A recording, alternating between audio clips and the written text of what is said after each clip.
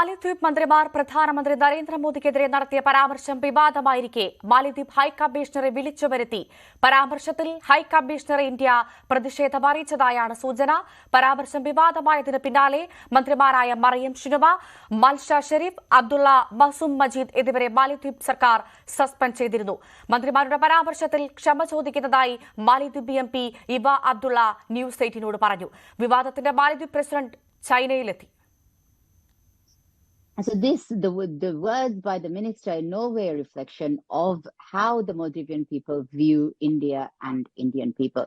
So I do want to apologize. And across the political spectrum, political parties and politicians, former ministers and current even coalition partners in the government and my own party, the minority party in parliament, we've all condemned these derogatory remarks by the minister in the government of Maldives. And I want to obviously use this opportunity to say to the Indian people, please keep coming to the Maldives. We appreciate and value your presence here in the Maldives. We value the doctors you send. We value the teachers you send. We value the tourists you send. So please do keep coming back. We're an intertwined people, culturally, socially, we're intertwined, and we can't separate that.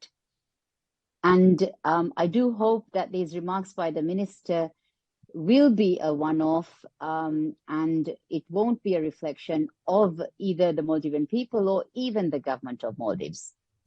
It is not an kind of opinion. It is not an opinion that any government in the Maldives can afford to take. हमने recently जो social media पे चल रहा है, जो हमें बयान सुनने में मिल रहे हैं मालदीव्स के गवर्नमेंट के रिप्रेजेंटेटिव से, उसके तहत हमने डिसाइड किया है कि अब हम आगे से कोई भी मालदीव्स की बुकिंग एक्सेप्ट नहीं करेंगे. हमारे देश में 3 लाख लोग हर साल मालदीव्स जाते थे. अब वो इज़मा ट्रिप पे ये फैसिलिटी अवेल नहीं कर पाएंगे. പ്രമുഖ ടൂറിസം കമ്പനിയായ ഈസ്റ്റ് മൈ ട്രിപ്പ് മാലിദ്വീപിലേക്കുള്ള ടൂറിസം ബുക്കിംഗ് പൂർണ്ണമായി റദ്ദാക്കി. പ്രധാനമന്ത്രിക്കെതിരായ പരാമർശത്തിൽ പ്രതിഷേധിച്ചുകൊണ്ടാണ് നടപടി. TG സജിത വാർത്തയുടെ വിശദാംശങ്ങളുമായി ചേരും. സജിത, ഒരു മാപ്പിൽ തീരുമോ ഇത്? ഇന്ത്യയുടെ നയതന്ത്ര ഇടപെടൽ ഏത് തരത്തിൽ സ്വാധീനിക്കും മാലിദ്വീപിനെ? മാപ്പു പറഞ്ഞ് തടിയൂരാനാണ് യഥാർത്ഥത്തിൽ മാലദ്വീപ് ശ്രമിക്കുന്നത്. കാരണം അന്താരാഷ്ട്ര രംഗത്ത് അത്ര വലിയ തിരിച്ചടി തങ്ങൾക്കുണ്ടാകുമെന്നൊരു തിരിച്ചറിവ് മാലദ്വീപ് ഭരണകൂടത്തിനുണ്ട്. മന്ത്രിമാരുടെ വിവാദ പരാമർശത്തെ ഔദ്യോഗികമായി തള്ളി അവരെ പുറത്താക്കി തങ്ങളുടെ നിലപാട് വ്യക്തമാക്കാനാണ് അവർ ശ്രമിക്കുന്നത്. പക്ഷേ അത് ആ രീതിയിലേക്കല്ല കാര്യങ്ങൾ പോകുന്നത് എന്നതാണ് നിലവിലുള്ള സാഹചര്യം. പ്രത്യേകിച്ച് ഇന്ത്യ ഈ വിഷയത്തിൽ നിലപാട് കടുപ്പിക്കുന്ന സാഹചര്യത്തിൽ പ്രതിപക്ഷം 16 ലക്ഷത്തിലധികം വിദേശികൾ ടൂറിസ്റ്റുകളായി മാലദ്വീപിലേക്ക് എത്തുന്നുണ്ട്. ഇതിൽ 2.5 ലക്ഷത്തിലധികം പേർ ഇന്ത്യക്കാർ തന്നെയാണ് എന്ന പ്രത്യേകതയുണ്ട്. ഇപ്പോഴത്തെ രീതിയിലേക്ക് കാര്യങ്ങൾ നീങ്ങുകയാണെങ്കിൽ ഇന്ത്യക്കുന്നതിനെ ഉപേക്ഷിക്കുമെന്ന് മാത്രമല്ല, ഇപ്പോഴത്തെ പ്രചരണം പൊതുവിൽ അവരുടെ ടൂറിസം രംഗത്തെ വലിയ വെല്ലുവിളിയിലേക്ക് മാറ്റും എന്ന പ്രതിസന്ധി കൂടി അവർ തിരിച്ചറിയുന്നു. ഏറ്റവും പ്രധാനമുള്ളത് കാര്യം, സമ്പദ് വ്യവസ്ഥ പ്രധാനമായും ആശ്രയിക്കുന്നത് ടൂറിസത്തെയാണ് മാലദ്വീപ് എന്നതാണ് പ്രത്യേകത. അതുകൊണ്ട് തന്നെ അവർ നേരിടുന്ന പ്രതിസന്ധി ഒട്ടും ചെറുതല്ല എന്നതാണ് വ്യക്തമാക്കുന്നത്. പ്രമുഖ ടൂറിസം കമ്പനിയായ ഈസ്റ്റ് മൈ ട്രിപ്പിൻ്റെ MD വാക്കുകളാണ് നമ്മൾ കേട്ടത്. രാജ്യത്തിൻ്റെ പൊതുനിലപാടിനൊപ്പം തങ്ങൾ നിൽക്കുന്നു. ഒപ്പം തന്നെ ലോകരാജ്യങ്ങളുടെ പൊതുവായ നിലപാടും ഇന്ത്യക്കൊപ്പമാണ്. അത് മുന്നിൽ കണ്ടുകൊണ്ടാണ് തങ്ങൾ അങ്ങോട്ടേക്കുള്ള ട്രിപ്പുകൾ ക്യാൻസൽ ചെയ്തതെന്ന് അവർ വ്യക്തമാക്കുന്നു. അതിനു മുമ്പ് നമ്മൾ കേട്ടത് ഇവ അബ്ദുള്ള മാലദ്വീപിൽ നിന്നുള്ള MD വാക്കുകളാണ്. അവർ വ്യക്തമാക്കുന്നത് ഇന്ത്യൻ ജനതയോട് ക്ഷമ ചോദിക്കുന്നു. MPമാരുടെ ഭാഗത്തു നിന്നും ഒരു തരത്തിലും ന്യായീകരിക്കാൻ കഴിയാത്ത വാക്കുകളാണ് ഉണ്ടായത്. ഒപ്പം അവരെ സസ്പെൻഡ് ചെയ്തത് കൊണ്ട് മാത്രം ഈ പ്രതിസന്ധി തീരുന്നില്ല, അവർക്കെതിരെ കൂടുതൽ നടപടി എടുക്കേണ്ടി വരും എന്നുകൂടി ഇവർ വ്യക്തമാക്കുന്നു എന്നതാണ് ഇപ്പോഴത്തെ സാഹചര്യം. യഥാർത്ഥത്തിൽ ഈ പ്രതിസന്ധിയും ഈ വിവാദങ്ങളും ആരംഭിക്കുന്നത് അടുത്ത കാലത്ത്, അതായത് പതിറ്റാണ്ടുകളായി ഇന്ത്യയുമായി ഏറ്റവും അടുത്ത ബന്ധമുള്ള ദ്വീപ രാജ്യമാണ് മാലദ്വീപ്. കാരണം അവരുടെ സമ്പദ് വ്യവസ്ഥ ആശ്രയിച്ചിരിക്കുന്നത് തന്നെ ഇന്ത്യയുമായി വളരെ ബന്ധപ്പെട്ടാണ്. ഇന്ത്യയുടെ പല സഹായങ്ങളും തേടിയാണ് അവർ പ്രവർത്തിക്കുന്നത്. ആ രാജ്യം മുന്നോട്ട് പോകുന്നത് തന്നെ. ഇങ്ങനെയുള്ള ഒരു സാഹചര്യത്തിലും ആ നയതന്ത്ര ബന്ധത്തിൽ വിള്ളൽ വീഴ്ത്തുന്ന ഇടപെടലുകൾ കഴിഞ്ഞ കുറേ നാളുകളായി ഉണ്ടാവുന്നു എന്നതാണ് സാഹചര്യം. പുതിയ സർക്കാർ അവിടെ അധികാരം ഏറ്റെടുത്തത് മുതൽ തങ്ങളുടെ ഏറ്റവും അടുത്ത അനുയായി, ഏറ്റവും അടുത്ത പങ്കാളി പങ്കാളി എന്ന് കരുതിയ ഇന്ത്യയുമായി ഒരു അകൽച്ച പാലിക്കാൻ അവരുടെ ഭാഗത്തു നിന്നും ചില ശ്രമങ്ങൾ ഉണ്ടായിട്ടുണ്ട്. കാരണം പുതിയ പ്രസിഡന്റ് ചുമതലയേറ്റെടുത്താൽ ആദ്യം നയതന്ത്ര യാത്ര നടത്തുന്നത് ഇന്ത്യയിലേക്ക് എന്ന പതിവ് അവർ തെറ്റിച്ചു. ശ്രീലങ്കയിലേക്കും പിന്നീട് UAE-യിലേക്കും യാത്ര നടത്തി. ഇതിന് ഏറ്റവും ഒടുവിലാണ് ചൈനയിലേക്ക് മാലദ്വീപ് പ്രസിഡന്റിന്റെ യാത്രയും ഉണ്ടായിരിക്കുന്നത്. സ്വാഭാവികമായും ഇന്ത്യയും ആ കാര്യങ്ങൾ പ്രകോപിപ്പിച്ചു. ഇതിനിടയിലാണ് പ്രധാനമന്ത്രി നരേന്ദ്രമോദിയുടെ ലക്ഷദ്വീപ് സന്ദർശനവും അതേ തുടർന്ന് ഈ മന്ത്രിമാരുടെ വിവാദ പരാമർശവും ഒക്കെ ഉണ്ടാവുന്നത്. ഇതോടുകൂടി പ്രതിസന്ധി കൂടുതൽ രൂക്ഷമായി എന്നതാണ് സാഹചര്യം. അതായത് ഇന്ത്യയെ പിണക്കുകയാണെങ്കിൽ മാലദ്വീപ് കടുത്ത പ്രതിരോധം അന്താരാഷ്ട്ര തലത്തിലടക്കം നേരിടേണ്ടി വരും എന്നതിലേക്ക് കാര്യങ്ങൾ എത്തുന്നു അല്ലേ?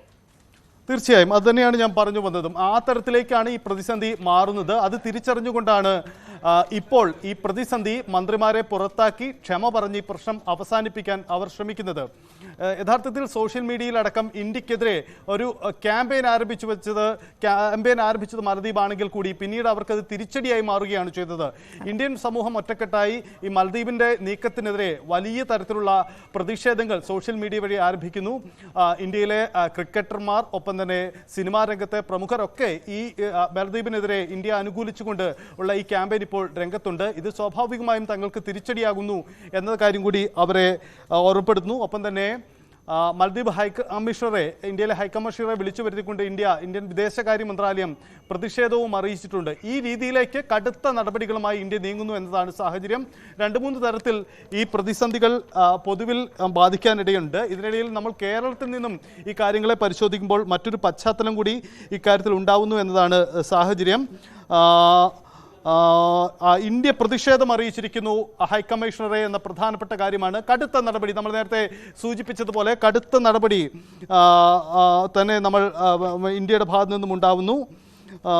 എന്തായാലും ഈ വിഷയത്തിൽ 12:30 വിളിച്ചു വരുത്തി ഇത്തരം കടുത്ത പ്രതിഷേധം ഇന്ത്യ അറിയിക്കുന്നത്. കൃത്യമായ മുന്നറിയിപ്പ് ഇന്ത്യ നൽകിയിരിക്കുന്നു എന്നതാണ്. മാലദ്വീപിന് കൃത്യമായ മുന്നറിയിപ്പ് ഇന്ത്യയുടെ ഭാഗത്ത് നിന്നുണ്ടായിരിക്കുന്നു എന്ന പ്രത്യേകത കൂടിയുണ്ട്. എന്തായാലും ഈ പ്രതിസന്ധി ഞാൻ നേരത്തെ പറഞ്ഞു വന്നത്, കേരളത്തിൽ നിന്നും നമ്മൾ ഈ വിഷയം പരിശോധിക്കുമ്പോൾ മറ്റൊരു തരത്തിൽ കൂടി കാണേണ്ടതുണ്ട്. കാരണം നിരവധി മാലദ്വീപ് സ്വദേശികൾ കേരളത്തിലേക്ക് ആശുപത്രി ചികിത്സാ ആവശ്യങ്ങൾക്കുമായി മറ്റുമായി എത്തുന്നതാണ്. കാരണം അത്യാധുനിക ആശുപത്രികളോ മറ്റു സംവിധാനങ്ങളോ ആ രാജ്യത്തില്ല.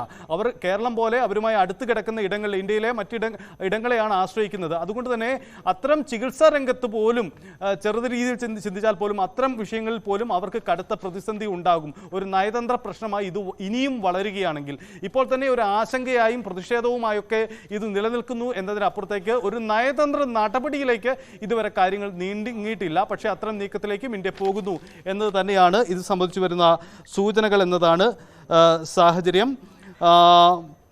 സജിത, ഇന്ത്യ താക്കീത് നൽകിയ സാഹചര്യത്തിൽ, ഇന്ത്യ പ്രതിഷേധം അറിയിച്ച സാഹചര്യത്തിൽ മാലദ്വീപിന്റെ ഔദ്യോഗിക പ്രതികരണങ്ങൾ എന്തെങ്കിലും വന്നിട്ടുണ്ടോ? യെസ്, ഇതിൽ മാറ്റമുണ്ടാവുന്നു. ഇതൊരു നയതന്ത്ര പ്രശ്നമായി തന്നെ മാറുന്നു. ഇന്ത്യക്ക് പിന്നാലെ പ്രധാനമന്ത്രി നരേന്ദ്രമോദിക്കെതിരെ ഇന്ത്യൻ ഹൈക്കമ്മീഷണറെ വിളിച്ചു വരുത്തി എന്നതാണ് സാഹചര്യം. 12:30 മാലദ്വീപ് വിദേശകാര്യ മന്ത്രാലയത്തിലെത്താനാണ് നിർദ്ദേശം നൽകിയിരിക്കുന്നത് എന്ന പ്രധാനപ്പെട്ട കാര്യവും ഉണ്ടാകുന്നു. അതിന്റെ ചുരുക്കം, ഇതൊരു നയതന്ത്ര പ്രശ്നമായി തന്നെ മാറുന്നു എന്ന സാഹചര്യമാണ്. അങ്ങനെയെങ്കിൽ നമുക്ക് പറയേണ്ടി വരിക, ഇതൊരു ലക്ഷദ്വീപ് സന്ദർശനമോ അല്ലെങ്കിൽ പ്രധാനമന്ത്രിയുടെ സന്ദർശനമോ മന്ത്രിമാരുടെ പ്രസ്താവനയിലോ മാത്രം ഒതുങ്ങുന്ന ഒരു വിഷയമായി മാറുകയില്ല. മറിച്ച് സജിത്ത്, ദയവായി തുടരുക. ഇപ്പോൾ TP ശ്രീനിവാസൻ, വിദേശകാര്യ വിദഗ്ധൻ, നമുക്കൊപ്പം ചേരുന്നുണ്ട്. ശ്രീനിവാസൻ, കാര്യങ്ങൾ മാറി മറയുന്നു. ഒരു നയതന്ത്ര ഇടപെടൽ ഇന്ത്യയുടെ ഭാഗത്തുനിന്ന് ഉണ്ടാകുമെന്ന് പ്രതീക്ഷിക്കാമോ? ഇന്ത്യ അത്തരത്തിലൊരു ഇടപെടൽ നടത്തുകയാണെങ്കിൽ അത് ഏത് തരത്തിൽ ബാധിക്കും മാലദ്വീപിനെ? ഇല്ല, ഇതൊരു വലിയ പ്രശ്നമായിട്ട് നമ്മൾ കാണേണ്ടതില്ല. Storm in the tea cup എന്ന് പറയില്ലേ, അതുപോലുള്ള ഒരു സംഭവമാണിത്. കാരണം ഈ മന്ത്രിമാർ അദ്ദേഹത്തെ പറ്റി പറഞ്ഞത് ഒരിക്കലും ചന്തവ്യമായ കാര്യമല്ല. അതൊരിക്കലും അവർ ചെയ്തുകൂടാത്തതാണ്. രാഷ്ട്രീയ പാർട്ടികൾ, ഗവൺമെന്റ് തമ്മിൽ എന്താ അഭിപ്രായ വ്യത്യാസങ്ങൾ ഉണ്ടായാലും വ്യക്തിപരമായി ഒരു വിദേശ മന്ത്രിമാർ അതിന് പ്രതികരിക്കുന്നത് ഒട്ടും അംഗീകരിക്കാവുന്നതല്ല. അപ്പൊ നമ്മളൊക്കെ ഇവരുടെ ഹൈക്കമ്മീഷനെ വിളിച്ച് പ്രൊട്ടസ്റ്റ് ചെയ്തു. പക്ഷെ അവർ നമ്മുടെ ഹൈക്കമ്മീഷനെ വിളിക്കാൻ പ്രൊട്ടസ്റ്റ് ചെയ്യാനായിരിക്കില്ലല്ലോ. അവർക്ക് എന്തെങ്കിലും സജഷൻ ഉണ്ടായിരിക്കും. അതുകൊണ്ട് ഇതൊരു വലിയ പ്രശ്നമാകാതെ മാറിപ്പോകുമെന്നാണ് എന്റെ വിചാരം. പക്ഷേ ആ സാഹചര്യത്തിൽ പോലും സമൂഹ മാധ്യമങ്ങളടക്കം വലിയ ബഹിഷ്കരണ ക്യാമ്പയിനുമായി നമ്മുടെ ഇന്ത്യയുടെ സെലിബ്രിറ്റികൾ രംഗത്ത് വന്നിട്ടുണ്ട്.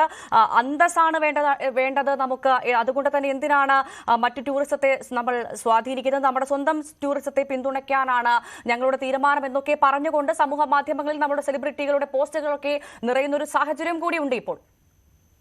അത് ഉണ്ടാവില്ല, നാച്ചുറലായിട്ടും നമ്മുടെ ഇന്ത്യക്കാർക്ക് തീർച്ചയായിട്ടും അതിനെപ്പറ്റി വളരെ കാര്യമായ പരാതിയുണ്ട്. പ്രധാനമന്ത്രി അധിക്ഷേപിക്കുക എന്ന് പറയുന്നത് നമ്മൾ ഒരിക്കലും അംഗീകരിക്കാൻ തയ്യാറില്ലാത്തതാണ്. പക്ഷെ അതിന്റെ റിയാക്ഷനൊക്കെ കഴിഞ്ഞിട്ട് അവസാനം എന്താണ്, നമുക്ക് നല്ല റിലേഷൻഷിപ്പ് തന്നെ മാൽഡീവ്സായിട്ട് ഉണ്ടാകേണ്ട ആവശ്യമുണ്ട്. അവർക്കും അതുണ്ട്, നല്ല ബന്ധങ്ങളാണ് നമുക്ക് രാജ്യമായിട്ട് ഉണ്ടായിരുന്നത്. ഇതിൽ ചൈനയാണ് ഒരു വില്ലൻ എന്ന് പറയാം. കാരണം ചൈനയെ ഉപയോഗിച്ചുകൊണ്ട് ഇന്ത്യയിൽ നിന്ന് കൂടുതൽ കൺസെഷൻസ് വാങ്ങിക്കുന്ന ഒരു രീതിയാണ് മാൽഡീവ്സ് പണ്ടും, മാൽഡീവ്സ് മാത്രമല്ല ശ്രീലങ്കയും നേപ്പാളും ഒക്കെ ചെയ്തിട്ടുള്ളത്. അപ്പൊ ചെറിയ രാജ്യങ്ങൾ പലതരത്തിൽ ഇന്ത്യയിൽ നിന്ന് കൺസെഷൻസ് നേടാൻ വേണ്ടി ചെയ്യുന്ന കാര്യം. അപ്പൊ അതുകൊണ്ട് അതൊരു വലിയ പ്രശ്നത്തിലേക്കൊന്നും ആവുമെന്ന് ഞാൻ വിചാരിക്കുന്നില്ല. അവർ തീർച്ചയായിട്ടും അതിന് അപ്പോളജൈസ് ചെയ്യും. നമ്മളും അത് തീർത്ത് പറയും, ഇങ്ങനെയാണെങ്കിൽ നമുക്ക് മുന്നോട്ട് പോകാൻ സാധ്യമല്ല. അങ്ങനെ അത് അവസാനിക്കും എന്നാണ് എന്റെ പ്രതീക്ഷ. തീർച്ചയായും. ഒരു കാര്യം കൂടി, ഏതെങ്കിലും തരത്തിൽ ഇന്ത്യയെ പിണക്കുകയാണെങ്കിൽ അത് മാലിദ്വീപിനെ സംബന്ധിച്ച് വലിയൊരു അന്താരാഷ്ട്ര തലത്തിൽ വലിയ പ്രതിരോധം നേരിടേണ്ടി വരുന്ന ഒരു സാഹചര്യത്തിലേക്ക് കടക്കില്ലേ? അതെ, അല്ല, കാരണം അവർക്കൊരിക്കലും ഇന്ത്യയുടെ ഇത്ര അടുത്തുള്ള ഒരു രാജ്യം ഇന്ത്യക്ക് എതിരായിട്ട് പ്രവർത്തിച്ച് മുന്നോട്ട് പോകാൻ സാധ്യമല്ലല്ലോ. നമ്മളുടെ പല കാര്യങ്ങളിലും അവർക്ക് താല്പര്യമുണ്ട്. ലക്ഷദ്വീപ് വളരെ അടുത്താണ്. അപ്പോൾ ലക്ഷദ്വീപിൽ നമ്മളിപ്പോൾ ടൂറിസം വർദ്ധിപ്പിക്കുന്നതെന്ന് പറഞ്ഞ് മുമ്പ് അവർക്ക് വരെ പരാതി ഉണ്ടായിരുന്നു. അപ്പൊ ഇതൊക്കെ സാധാരണ രാജ്യങ്ങൾ തമ്മിൽ അയൽ രാജ്യങ്ങൾ ഉണ്ടാകാവുന്ന പ്രശ്നങ്ങളാണ്. അപ്പൊ അത് രണ്ടു കൂട്ടരും അത് കണക്കിലെടുത്തുകൊണ്ടായിരിക്കും ഇതിനോട് പ്രതികരിക്കുക. സോഷ്യൽ മീഡിയയിലൊക്കെ തീർച്ചയായിട്ടും രാഷ്ട്രീയമുണ്ട്. അത് ഒരു ഉദ്ദേശത്തോടു കൂടിയൊന്നുമല്ല, അവരുടെ അഭിപ്രായം പ്രകടിപ്പിക്കുന്നവരാണ്. പക്ഷെ ഗവൺമെന്റ് ഓഫ് ഇന്ത്യ ഇതിനെ വളരെ സംയമനത്തോട് തന്നെ പരിഹരിക്കുമെന്നാണ് എന്റെ വിശ്വാസം. ശരി, വളരെയധികം നന്ദി ശ്രീ ടി പി ശ്രീനിവാസൻ ഈ ഒരു അവസരത്തിൽ ഞങ്ങളോട് പ്രതികരിച്ചതിന്. വീണ്ടും ടി ജി സജിത്തിലേക്ക് തന്നെ പോവുകയാണ്. സജിത്ത, ഇന്ത്യയെ സംബന്ധിച്ച് ഇന്ത്യയുടെ അന്താരാഷ്ട്ര ബന്ധങ്ങൾ വളരെ വലുതാണ്, പ്രത്യേകിച്ചും പ്രധാനമന്ത്രി നരേന്ദ്രമോദിയുടെ ബന്ധങ്ങൾ. അതിനെ മറികടക്കാൻ അല്ലെങ്കിൽ അതിനെ പ്രതിരോധിക്കാൻ മാലിദ്വീപിന് സാധിക്കുമോ? അത് ഏത് തരത്തിലായിരിക്കും ഇനി ഒരു ഇടപെടൽ ഉണ്ടാവുക?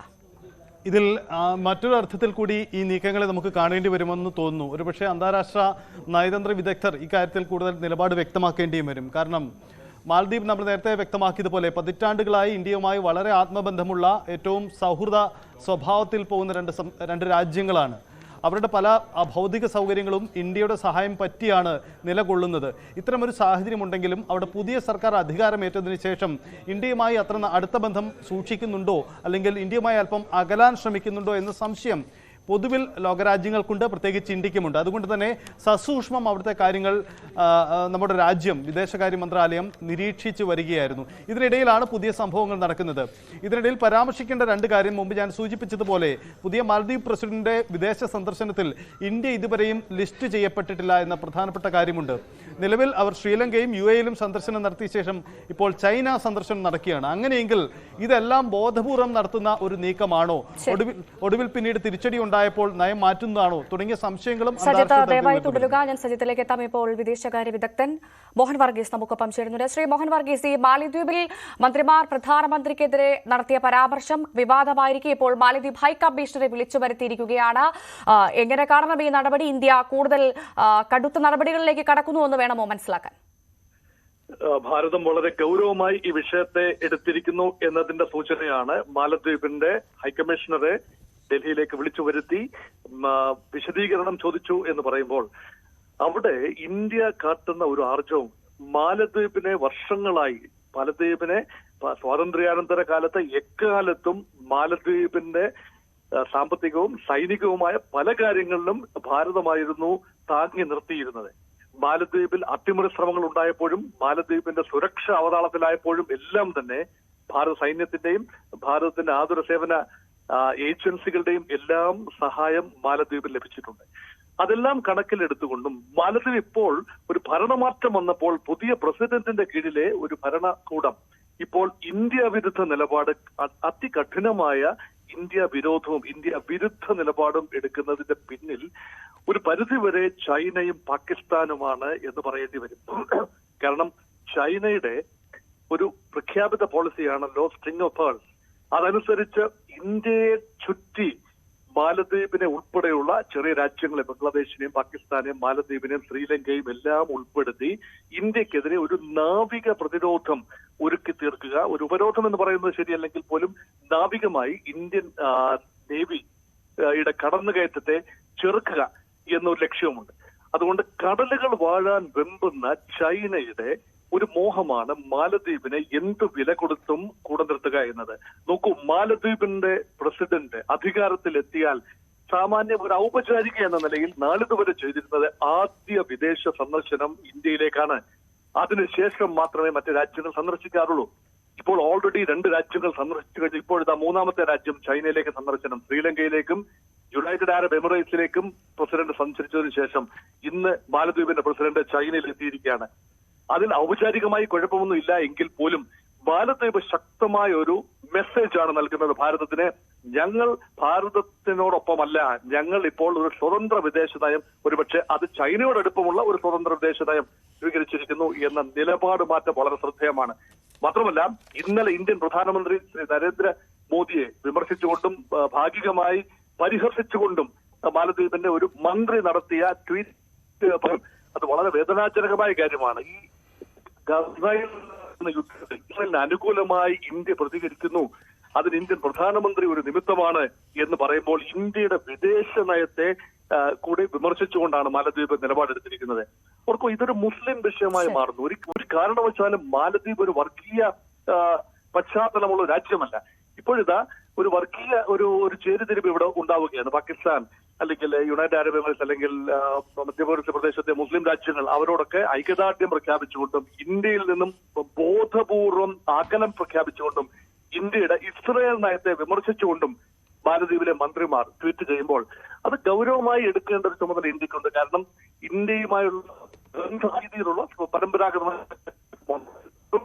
മോശമായ ഇന്ത്യൻ പ്രധാനമന്ത്രി.